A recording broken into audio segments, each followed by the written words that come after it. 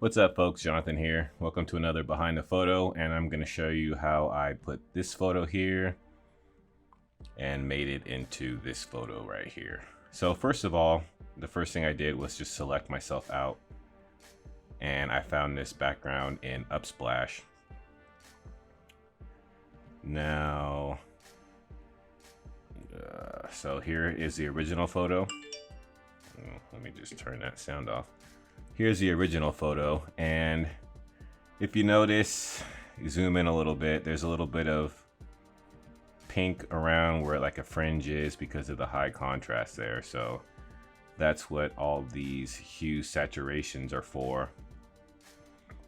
I'll zoom in a little bit here. So I had to select the magenta and kind of change the color of it to blend in a little bit more. And I made the blue of the whole suit a little bit darker, as well as the red. So I made the blue and the red a little bit darker.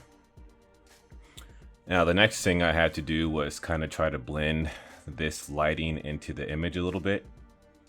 So I just made a level and I made it darker, and then here I just had a mask where I masked out the brighter area to keep this darker, and then I put a curves level on top of that to make it even more darker on the bottom, and then just masked out the lighter area so that it kind of blends in more.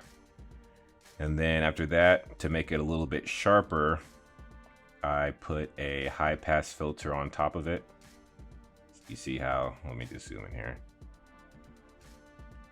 I put that on there and changed it to vivid light so that it's a little bit sharper.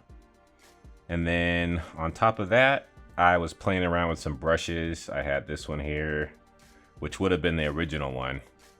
And then I had LOL right here, which I didn't really like. And then I finally chose this one. Now this is a graphic that I found that originally looked like this.